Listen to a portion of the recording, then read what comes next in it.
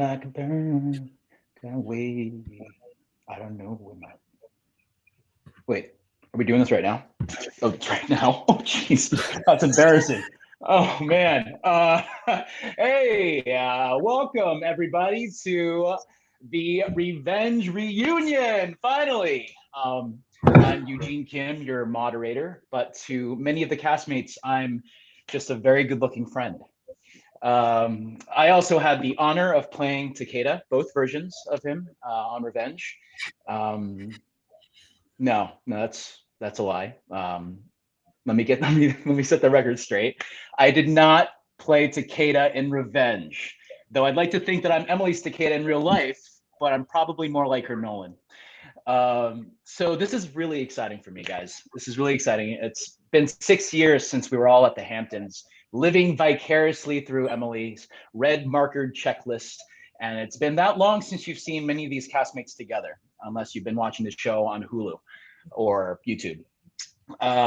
They're excited. I'm excited. You all should be very excited, since our bar for excitement is considerably low considering, well, 2020. Before we start, I just wanted to give a quick shout out to our hosts at Peak that made this all happen. This is the platform we're using, so thank you guys for this platform. You'll be hearing a lot more about Peak in the next few months. I also want to give a shout out to St. Jude.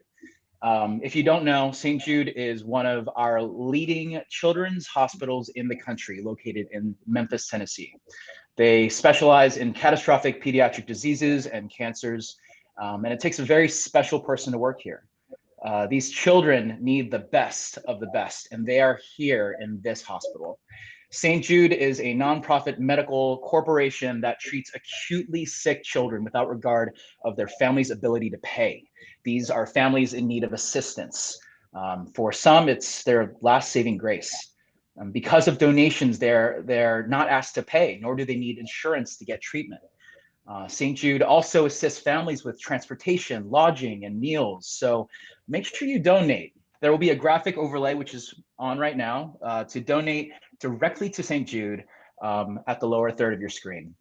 Also, if any of you get really excited, you might want to buy some meet and greets, autographs, and more with some of the casts that you can click the link below. All right, it's about that time, everyone. You'll see at the bottom of the screen in your area, like right around there, where you can react and show some love to our cast via emojis, so they can feel your love. So, without further ado, the cast of ABC's hit show, Revenge.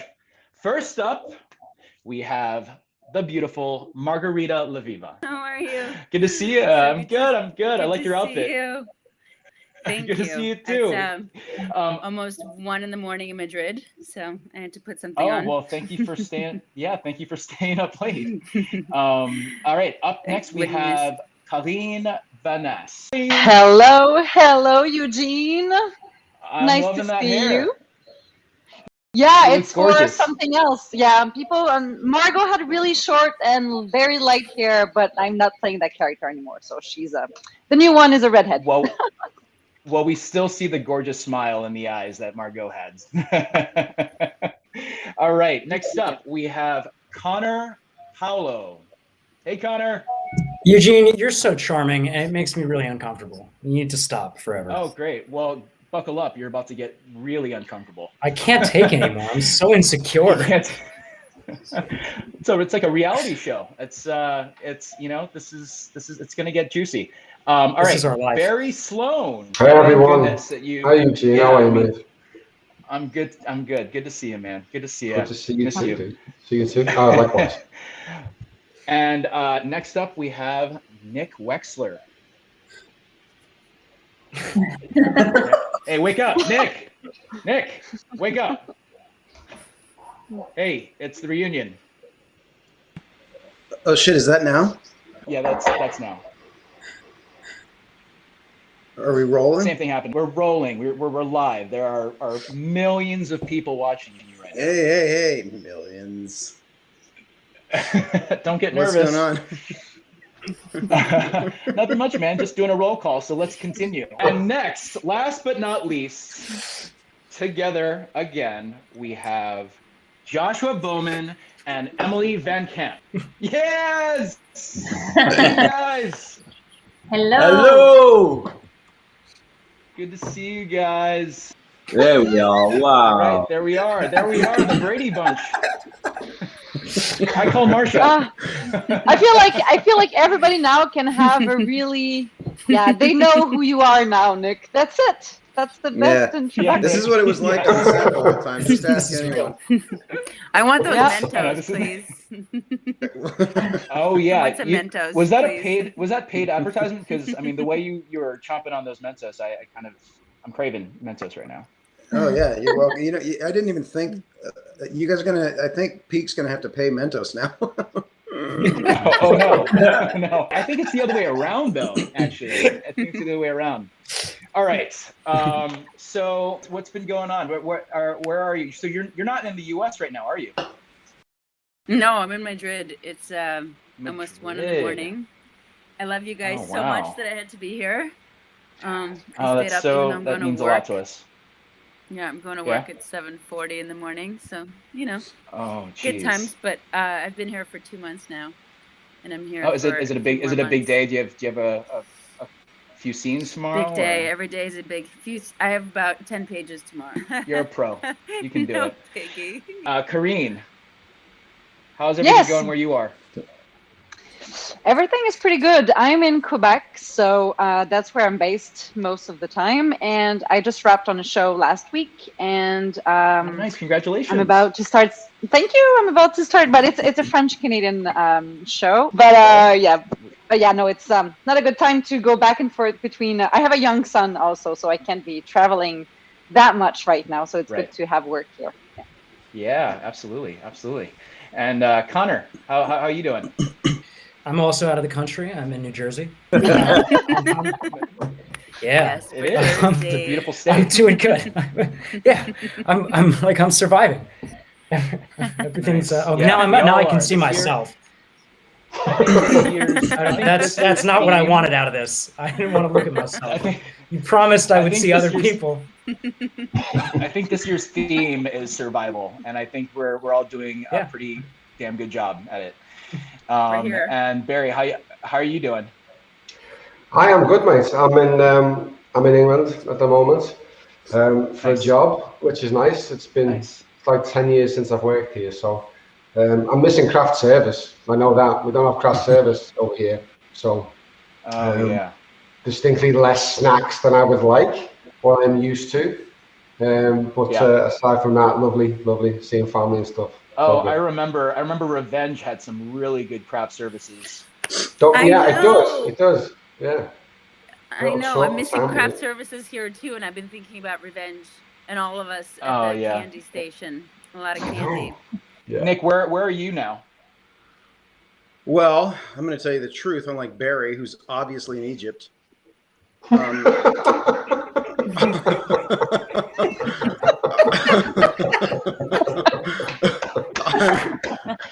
I'm in Toronto, but I don't know why I said but. Karine, we Canadians, we just keep saying but when we mean good things. But I can't say why. Toronto. I was gonna say. Yeah. Oh, so you're in Toronto. So that's where you're from, Em. Yes. The motherland. Yes. Josh and Em, you guys are how are you guys doing? What's going on with you guys? We're good.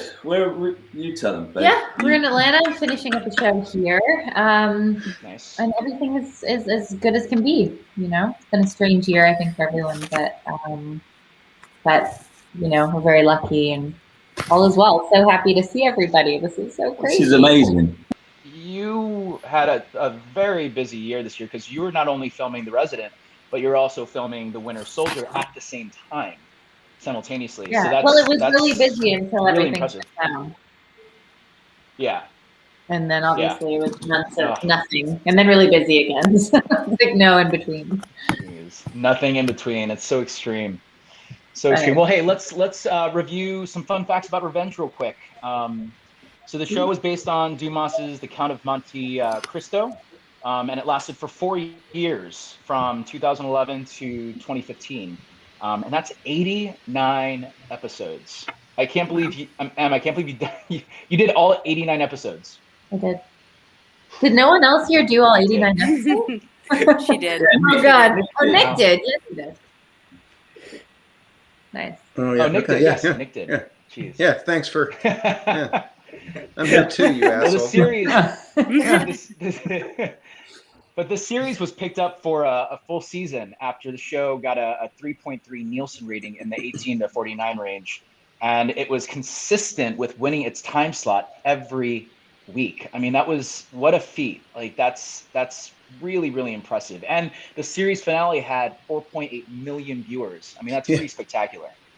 I mean, to have it that consistent for so many years. I think a large credit has to go to the writing and the producers who put it all together. And I mean, to keep something like that going, I think post Revenge, we've realized that there's definitely it's a hit like that. I think doesn't come along that often, and to also keep.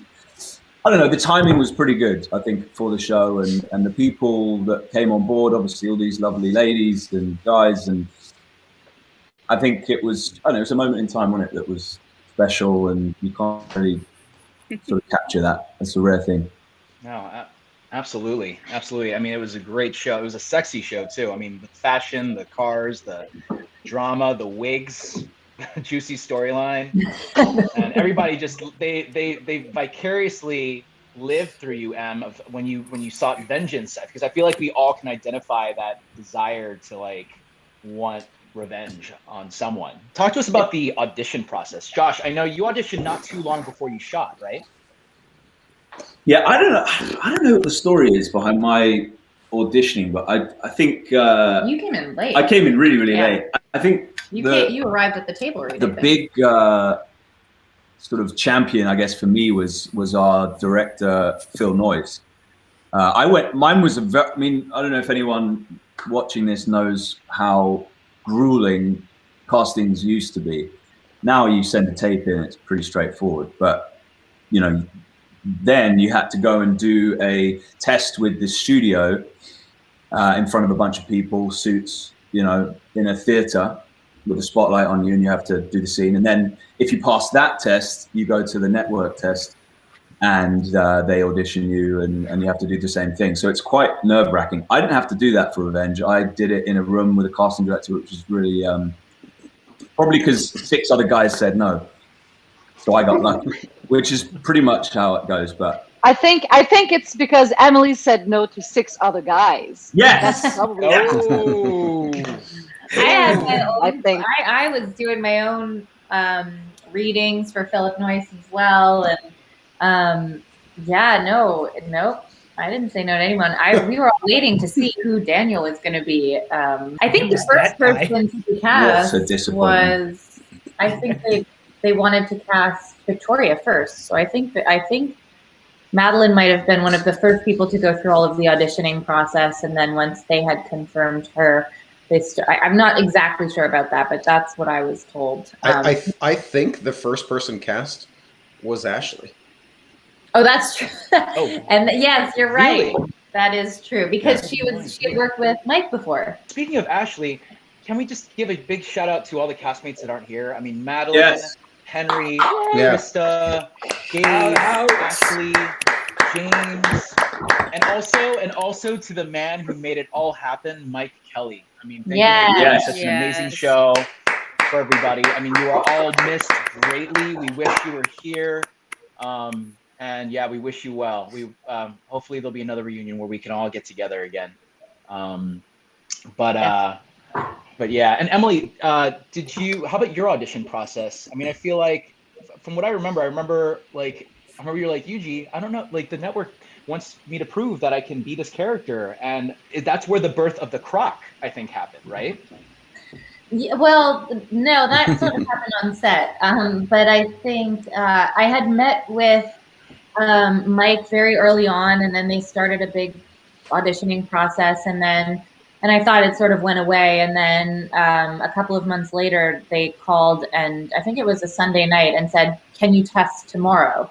And it was me and another woman, and they sent me the material. But with test deals, as we all know, you sign quite a long contract before you even go in. So it was an evening of just fretting and wondering if it was the right thing. And then ultimately just kind of jumped in and thought, well, if it's meant to be, it will be, and we'll see what happens. And the rest was history for me anyway. That was my process. And it wasn't as crazy as Josh was saying with, the big, audience and network studio thing. It was really just Philip Noyce and my Kelly Marty Bowen in a room. And they kind of wanted to see if I could, play this crazy character, and we just kind of played around, and it was actually a really fun process. And then I found out after that we were moving forward, and it was, to this day, it's still one of my favorite jobs, pilots that I ever. I mean, it was a blast. It's where we all got to meet each other. Yeah, so and we're special, we made so many unbelievable friends, and very, very lucky. It was a really special time, I think. I mean, at least for us anyway. We talk about it all the time. I wear How my about you, Karine? house. I eat in my revenge. I was lucky to change this T-shirt. So it's usually revenge stuff. And Karine, what was your audition process like? Sorry, by the way, sorry you don't see me anymore. Then they just went, that's it. There's no more light. I realized that my lamp is not bright enough. Anyway, I'm just going to get closer to it. You look like you're in a closet. Like a mosquito in the night. Like you look like you're hiding from a murderer in a closet. Nobody will find me. Nobody will get revenge on me. She's in the closet. She's in the closet, guy. So let's answer the question, Eugene. Actually, I was lucky enough not to audition for this part. I don't think it was planned for Margot to be on the show for that long. I worked for ABC just before on a show called Painel. Oh, and they just asked me to fly in, and I just did, and it worked for 2 years. That's the best situation. Yeah. That's because you don't expect anything. You're like, oh, it's gonna be just maybe 3-5 episodes, maybe, and then you just stay on. You were there. The character gets till the very developed. end. Yeah, and she was such a fun character. Oh my gosh! I mean, I just rewatched the last episode, and you did some phenomenal work. Where you were talking to Gabe about how you were the same as me, and I was just so floored by your depth and your. I mean, it was just so brilliant. It was brilliant. Very. She was hurt. Poor Margot. She was hurt, but she was mean also. But she was hurt. Yeah. I'll go back to my closet now. So, any other audition stories? I had one the other day that was not bad. No, for revenge specifically. I know. So I don't know. Like, I remember I auditioned once, and then I came back and did a callback, and Mike Kelly was there, and so was Phil Noyce. And Phil gave me an unactable note that was pretty great. Do you remember what it was? Yeah. Nautical. Yeah. He basically, he was like, that was great. Do it again. More nautical. And I was like, what? So I got a parrot and a peg leg and did it again. And I didn't get it, but then I ended up getting the screen test, and it was a weird thing. Like, I remember hearing that. So I think I was the second one cast, actually, because Marty Bowen was asking me for suggestions for Victoria. They had their eye on Madeline, but he was like, in case we can't get her. And Mike Kelly had told me that they were securing Emily. And I was like, she can't see this, right? Because it's just me. Oh, hey, man,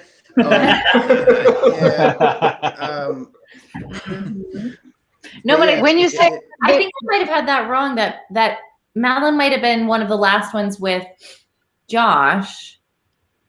I don't know. I think I might have the story wrong. I might have it twisted. I think you're right. I think you know this better than me because you were chatting with them.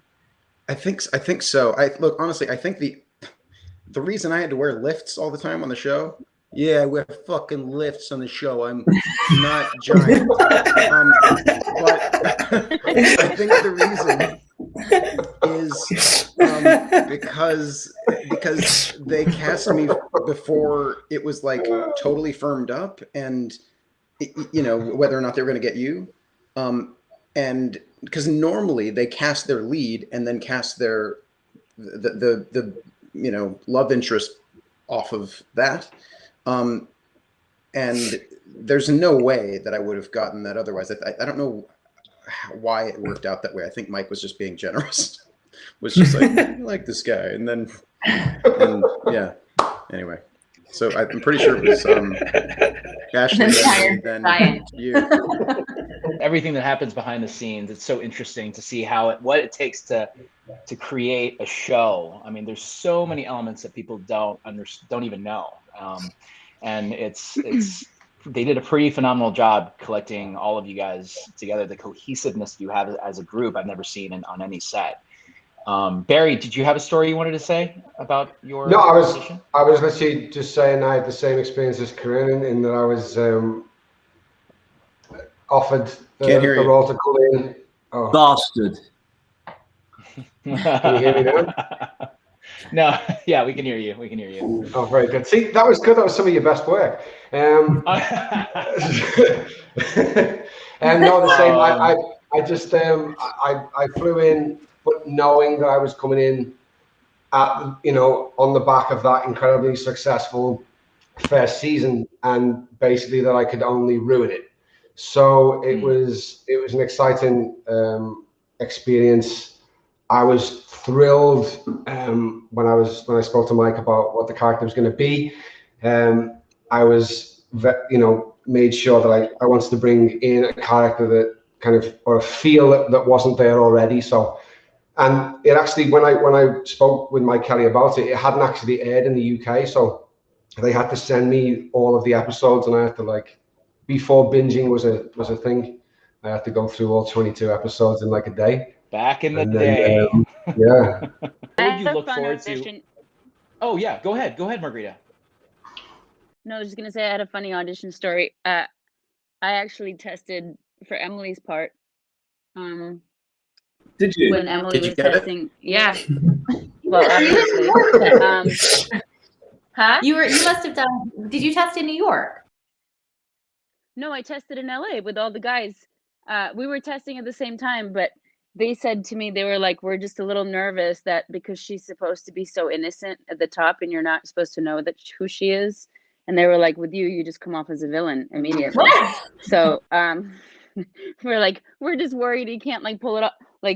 People would suspect you right away. So that's so when they created the Amanda Clark part, they called me and they were like, we wrote this part and with you in mind, and if you're able to do it. And I also came on to do 2 episodes. That's cool. That's so interesting. Yeah, and I came on to do 2 episodes, and then it ended up being also 2 years because it was so fun. Yeah. How fun! I mean, I feel like you were, I don't know, not James Bond-esque, but you were a chameleon. I mean, your first scene was a stripper cop, right? Oh yeah. Yeah. I mean, how fun! I mean, that must have been so much fun. So you went from I'm trying to remember what the name juvie. was. It was so hilarious. I was officer type body, and I think that's the name. That's amazing. And so you went from a juvie girl to a stripper to a master manipulator to ultimately becoming the closest thing Emily has to a sister and a mom. Yeah. And I mean, you had a really, poignant storyline. What a fun arc you got to play. Amanda was really fun. Yeah. Such a great character. We had that storyline was so much fun to play. Margarita and I had so much fun. I mean, down to those fights in juvie. so good. I mean, I was going through pictures the other day, and I found a picture. I'm gonna like wait to post it one day. But when you and I were in freezing water, and then they had put us in the hot tub in between. There's like a photo of the two of us like in the hot tub, like covered with towels. We were so it cold. was so cold. I remember saying if we didn't have a Canadian ballerina and a Russian gymnast in this water, we would have like if anyone would have left. It would have been show over. Wait, let's talk a little bit more about that scene. I mean, that scene was one of the most poignant scenes in the whole entire show. I mean, that scene was so. Was that really? That must have been insanely difficult to be in that water for so long. I mean, how It was. how many hours were you in that tank for? 7 hours. We were there for like 2 nights. It was one night, but it felt like 3. It felt like Stepped in the water. No, because we were also playing such emotional scenes, but I think the water was something like 46 degrees. It was really, really, really freezing. Wow. Freezing. Wow. Like January, particularly cold. Yeah, it was very cold, and yet I mean, it was Amanda's death scene, so we were in like a different, emotional space, and I don't know. I couldn't have done it with anyone but Margarita, to be honest. Like, Same. And that was all Mike. I remember he came to me and he was like, I'm going to give you a great send-off. He's like, I'm going to give you a great death scene. And he did. It was pretty epic. It was definitely really epic. And particularly for me, like, just as actress, Emily, like, when Margarita, I remember reading that script just thinking, like, how do I do this with, because we've just developed sad. So sad. I always remember that moment when I first came on and there was like a scene out by the pool when I come out like in the white button-down shirt, and then we're in the office together, and I had this. It wasn't in the script, but I ended up like touching M's hair and like smelling it a little bit, and I was like, oh, I think Amanda's in love with Emily. Like she's really has that like single white female thing with her, and so by the time we got to that water, I mean, we were like so in love with each other, because like characters and people. Totally. Yeah, it was crazy. I mean, the whole entire show is like Shakespearean. I mean, the tragedy and the loss and the love and the betrayal. I mean, it was such a wonderfully crafted TV show. Now, Connor, what would you look forward to when you would come on set? But I spent the vast majority of my time with Nick, and Nick and I unfortunately became very close very fast. And once he has his hooks in you, you're screwed. Even if you can objectively realize that he's just a wreck of a human being. But I loved working with him. He and I could be brothers very easily. So we could fuck around with each other and we could have fun, but then we could also get really serious. And Nick takes his work really seriously. He's an incredibly authentic actor. He's really easy to play with. So I just always I was very lucky that I got to spend most of my time with him. The hardest thing for me about the show is that I had these really close friendships with everyone and barely got to act with most of them. Like Josh and I like rarely ever even made contact in that world, and that was always super frustrating. But we'd all get together on the weekends and have game nights and stuff, which would be fun, Damn right. We had a blast back in the day, and we still do, Yeah, we still do. When people are in town, everybody gets together. We're. I mean, we I have invited to Now we do have some questions from the fans. Now, just a reminder, if you've had fun watching us, remember you can buy meet and greets with some of the castmates as well as other fun items just on the link below. So click that link and you can buy those meet and greets. Now, the first question comes from Emily VanCamp BR on Instagram. This is for Emily. Emily Thorne lost a lot of people during her revenge period. Emily, which of the deaths most marked you in the series? Very good question. Yes, which of the deaths? There were a lot of deaths for Emily, like so many that it. How many? Do you know how many deaths? I mean, 43, 42. So many, a lot of meaningful deaths, including her father, who then was actually alive. So it was just, it's hard. It would be very hard to pick. But I mean, obviously, when Amanda dies, you know, that sisterhood was so beautiful and sort of evolved from this crazy relationship into this beautiful sisterhood. So that was very difficult. When Aiden dies, I mean, I think we saw that it was just incredibly painful for the character. And I see Josh in the background, like laughing, like it's not him. He's brutal. Drank poison tea, the fucking idiot. That was the tea down. Barry, that scene is so heartbreaking, and you're catatonic. I mean, you're dead, but was it difficult to sit that still in that scene? Was it that scene where Emily found me on the sofa in the house was great, because we'd done this thing where I'd said to make, for her to not look at me. So basically we just got set and then, I snuck onto set and everything. So first time we'd seen each other was on the couch, but Emily was doing some amazing work, but obviously all my job was to do is just be dead and still, and anyone who's worked with me knows that's, stillness isn't my forte. So I was like, it was brilliant. So she was doing this great thing where she grabbed onto the back of my head and was like screaming, but holding my hair like, and I was like screaming. But I loved that scene. It was amazing. Yeah. I felt horrible. I must have jerked your neck so bad. So because you really looked dead, you did a very good job at looking like you were dead. And yeah. And I kept thinking after each take, like, oh my gosh, like because you were so, your neck was very flexible. It's not that flexible normally. No, it's not. It hasn't been since. I felt terrible. Anyway, well done, you. But that was a horrible death for Emily. Oh man. Yeah.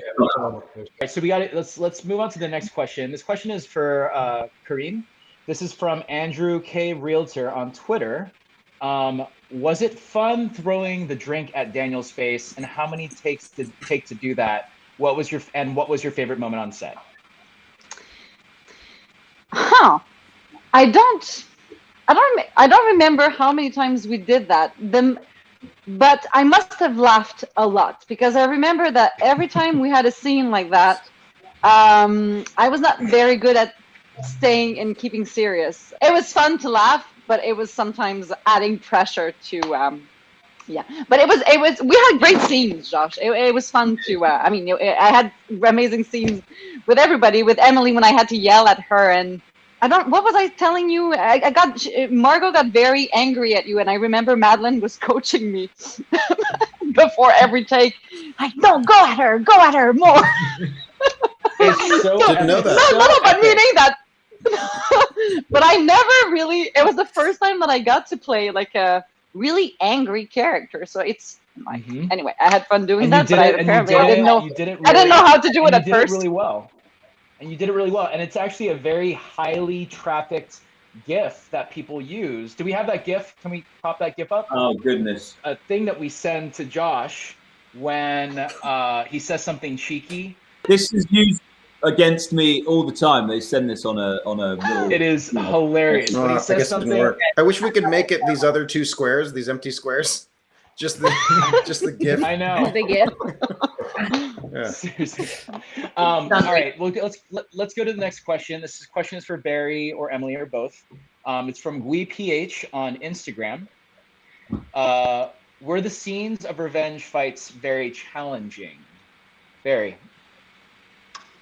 The fight scenes we had where I know Emily did way more than I did on the show, so she'll speak to that. But yeah, we had great fight coordinators on that show. Me personally, one stands out where I had it with yourself when I killed you on the show, as you alluded to earlier. Yes, Takeda. Takeda's death. With it was a sword fight using samurai swords and then holding the sword between his bare hands and thrusting. Doing a lot of fight choreography for that. And how long does it take to train to do that and to make it look like you're an expert at it? about 25 minutes. 25 minutes? No, you're giving it at least a week. I think anyone can look like an expert in very short spurts. So if you only have to look like an expert for 0.3 seconds, it's kind of possible, and with a fantastic editor, usually. Oh no, Emily, we should quickly speak about that one where I had to put your head under the water continuously. Oh. Well, you drowned yourself. Oh, yeah, drowned me like several times in the same. I was like, what did I do to him? And he pulled his hair, hurt his neck. It was in and out, in and out. It was good. No, that was there were a lot of, I mean, the first day that we met, I think I was tied to a post in the Pacific Ocean. Yeah, it's like, oh, guy. This is good. I just stand here and look badass and like broody while you get drowned. No, we had. I think the first day we met, we got to fight each other, which was beginning of a dynamic that was very fun and good times. Yeah, it was great. Emily, you and your physical characters. I mean, I've seen clips of you like actually rehearse. I mean, it's amazing what you're doing, and I'm so proud of you. Oh, thanks, Eugene. Yeah, of course. Eugene, I think there's a spirit. A spirit. looks like that sword or something. What is that? Yeah, it's not the sun. It's the sun. Keep it. All right, let's keep it going. The next question is for Connor. This is from Doria Bilal Instagram. Connor, what do you like in your character of Declan? I always liked that he was tried to be a really genuine person. That he tried to take care of people, even if he screwed it up a lot of the time. And that was always, he was someone without any malice for people. And for a show that was mostly about deception, I don't recall him being a liar. And I always liked that about him. Except when you stole the lobster thing and sold the lobsters, and the fisherman tried to kill you, and then Jack came out and saved you. That did. This is my memory, Eugene. You can't start corrupting my own memory. Let me live in my weird world. That was about poverty. I was desperate. Oh, I'm sorry. And I needed lobsters. Okay, that's called being an entrepreneur. Okay. But it was an entrepreneur. It's French, right? I knew that one. Karine? Yeah. Entrepreneur. Yeah. There you go. Entrepreneur. Yeah, say that again. But you remember so many scenes, Eugene. You should answer. You should answer the question. Did you watch this show? I actually watched a few episodes yesterday, and I had it on the background as I was like doing housework and stuff. So I did my research. But I mean, but I have moderating. No, but that's great. Good to you. But I feel like people are rewatching the show a lot. They've been rewatching the show a lot lately. I don't know if you guys have been receiving which is great. I mean, that kind of show, usually you've seen it. You would expect the viewers to have been really involved, but then you move on to something else. But to see that the fans of the show are going back, to watch it, it's great. Yeah. Oh, it's such a guilty pleasure. I mean, people just love sinking their teeth. It's like a stick of butter that you just bite into. Super rich and decadent. I don't even know where that analogy came from. Anyways, thanks for the carrot. So the butter. What's that like? I'm sure that's what Mike was going for. The next question is for Nick. Sapphic Sam on Twitter. Oh, no. What character death was most shocking for you? I don't know. I mean, I guess shocking. I mean, I read all the scripts, so I knew they were coming. But so when you read shocking. it in the scripts, was it shocking ever to read a death? And I mean, I guess I think I kind of knew that that Margarita's death, that beautiful arc of it's her arc is like one of my favorite on the whole series, and and how sympathetic she made this character that started out. Because I've like defended her character to like friends every now and then who were like, yeah, I didn't like, and I'm like, and I'm like, pretty much everything she did for like every bad thing she did for Emily, to like protect Emily. And I love that, like, you at first you think you don't like her, but it's like, look again, she's just kind of, she was screwed. She got like, you know, dealt a bad hand early in life, and then just was trying to have a normal, happy life. Anyway, so, but I think because I could tell that was going to have to come to an end, in order for it to be one of the most satisfying like cycles, life cycles on the show, Declan's passing was the most like, whoa, wow, okay. Yeah. He's. What about our father? Yeah. Our poor dad. Yeah, but that just taken out. But again, because he was kind of... You didn't care. Well, I see it in your eyes. Well, no. I think it's because I feel like the role was small enough that I felt like it's the kind of role they would, that you it's a lever. They pull that lever to make us hurt. You know. Yeah. So I'm like, yeah, but I didn't see Declan. You know, he seemed like a permanent fixture. So anyway. Right. Still had a whole life ahead of him. All right, Margarita, we have a question for you from Revenge Brazil 3 on Instagram. So we kind of already talked about this. So the final scene between you and Emily kills us inside, mainly because your character thanks Emily for giving her a family. Without a doubt, this must be your character's strongest scene. How was it to get into the character of that moment, and did you come out of it shaken? I mean, it was definitely, I wouldn't say that I'm a method actor, but I definitely live some of the story, and I start to feel things pretty deeply. And by the time I got to that point, I was so connected to all the characters, and especially Emily. And so, I mean, from beginning of reading the script to obviously being on set, I was emotionally very invested, and coming out of it was shaken. I think coming out of it was feeling like it took some time to recover. And I remember it took me, like, after I was done with the show, it took me several weeks to recover, just to like really let it all go. Because it did feel like a sort of like a death and like a loss of these people. And then getting into it, music always helps. Actually, Emily and I were listening. She played a song for me that night. Emily, you remember? It was Lord Huron. Huh? It was Lord Huron, wasn't it? Yeah. She came to me that night and said, "This song really makes me think of the scene for us," and we were both listening to it, crying. The power of music. Yeah, that song without crying.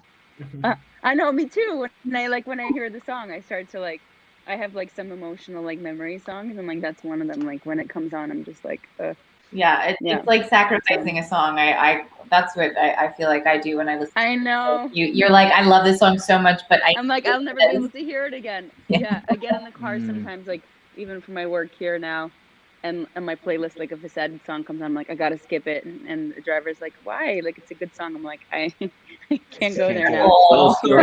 I'm not at work yet. Yeah. All right, so we do have to move on here.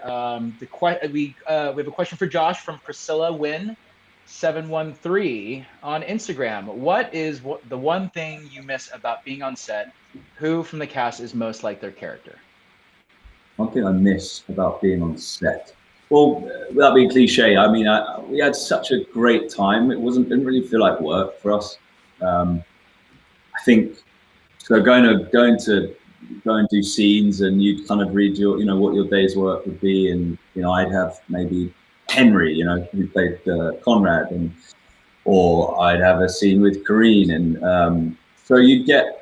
I miss that. That's a huge thing I miss, because we did create an amazing bond, and that's one thing. And what was the other question? Who from the cast is most like their character? No one was really like this. They really weren't. They really weren't. I don't think anyone was like their characters. I think we enjoyed our characters, certainly. So I think that's a testament to the writing again and the actors, and Yeah, you guys are a talented bunch. I mean, well, I don't mean there's a reason why it did so well. Those actors mainly, but bringing it to life was, I think, that everyone did their part and got into it, and I think that's again casting. Whoever cast this, whoever was involved. I know there's not just one person; it's many people, but many people, yeah. But and the writers also kept giving us stuff to just evolve with the characters. Yeah. And that's not always the case, especially when there are so many episodes per season. It's just easy to at some point just feel like, okay, I'm going to set, but I'm just going to redo the scene that I did yesterday and the week before and the week before. Right. But they kept playing with the various storylines. That was something when you do look back and look at the whole arc of everyone's characters, like, Margarita and Karine are saying, like, they were meant to come for a few episodes, and then suddenly it turned into this amazing character and these great arcs. And, that's a testament to the actors who would come. Yes. The writers would see these opportunities and think, oh my gosh, if we can keep a hold of this amazing actress or actor, then what can we do to make this character much more like a much more, deeper version of that character, and it was really cool to see them do that. They didn't miss really any opportunities, and we got lucky that these amazing actors chose to stay and develop these characters.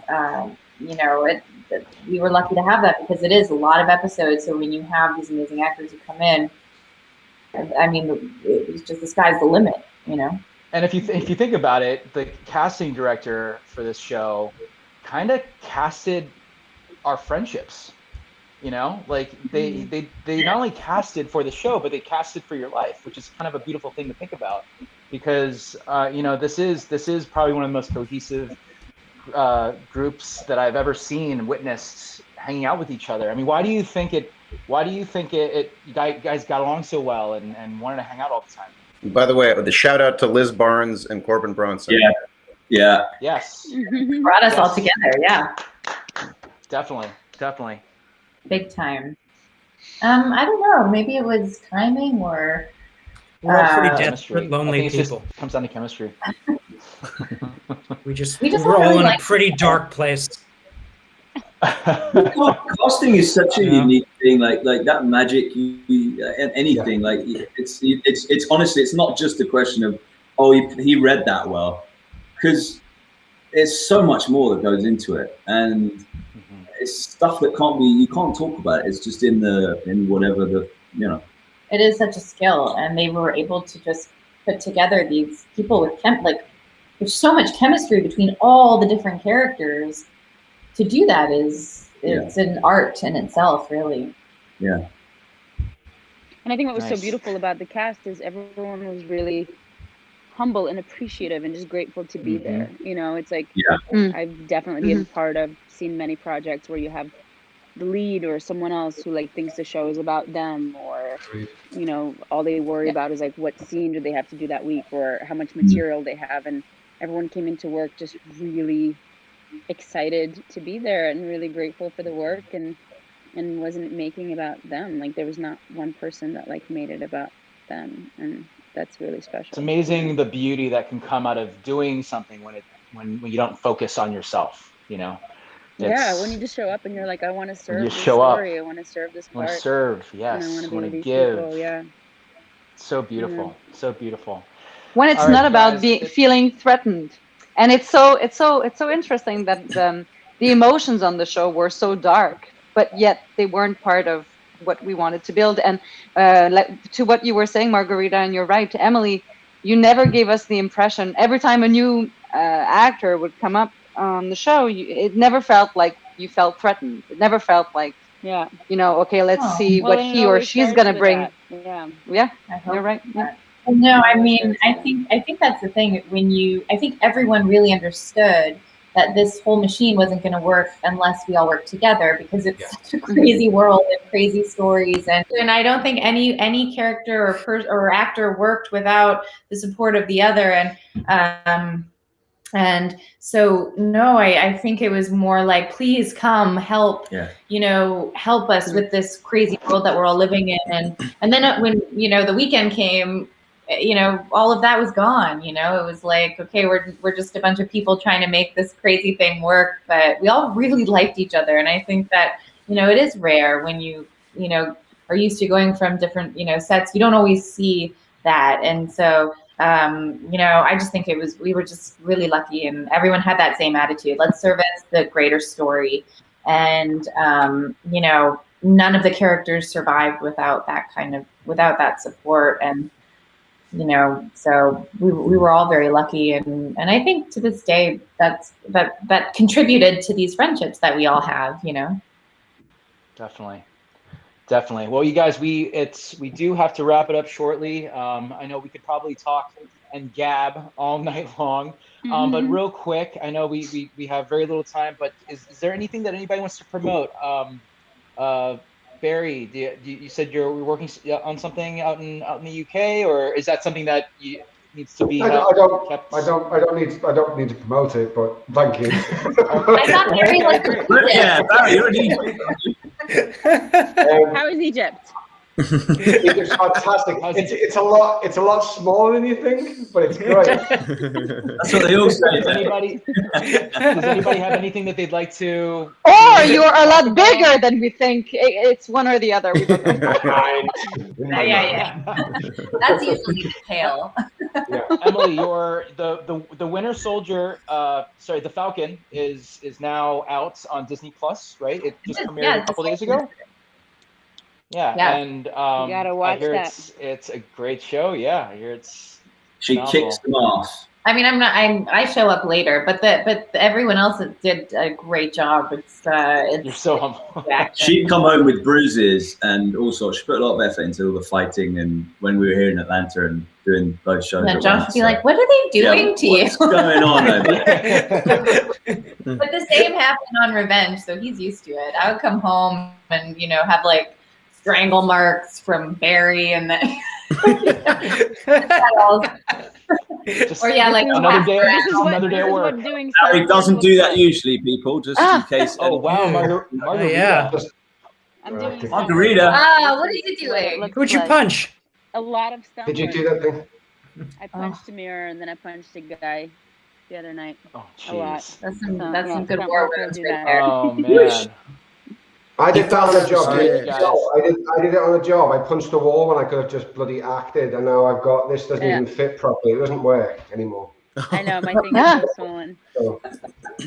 Yeah. War wounds. Guys, thank you so much for joining us. Thank you, fans. Thank you to Pete for hosting this event for us. Eugene, thank you, mate. Eugene, you're amazing. Thank you. It's an honor, guys. Guys, thank you, Peak. If you haven't already, please check out joinpeak.com. Anyone who signs up now will get goodies when the website goes live in the next few weeks. You'll be able to see the Revenge reunion on Peak, as well as get insights into many of your favorite celebrities. Also, I want to give a shout out to Aaron at Zova Marketing, who did a stellar job, as well as WinklePicker Entertainment that brought all this together, the Revenge cast together, and a reminder to donate to St. Jude's. Any little bit counts to help a child and their family in need, and that link is just underneath right there. And all right, everybody, say goodbye to your adoring fans. Love you guys. Thank you so much. Thank you. Guys, and remember, love you guys. Be safe. Great to see you all. Remember to wash your hands. Wash your hands, wear a mask, brush your teeth, and for Pete's sake, love each other. We love you all infinity times infinity. Oh. You cheesy little bastard. I'm a sucker for that stuff. I love you. See you guys. I love you guys. Love you guys. So This is fun. see you. Great to see you all. Love you. All right. Bye.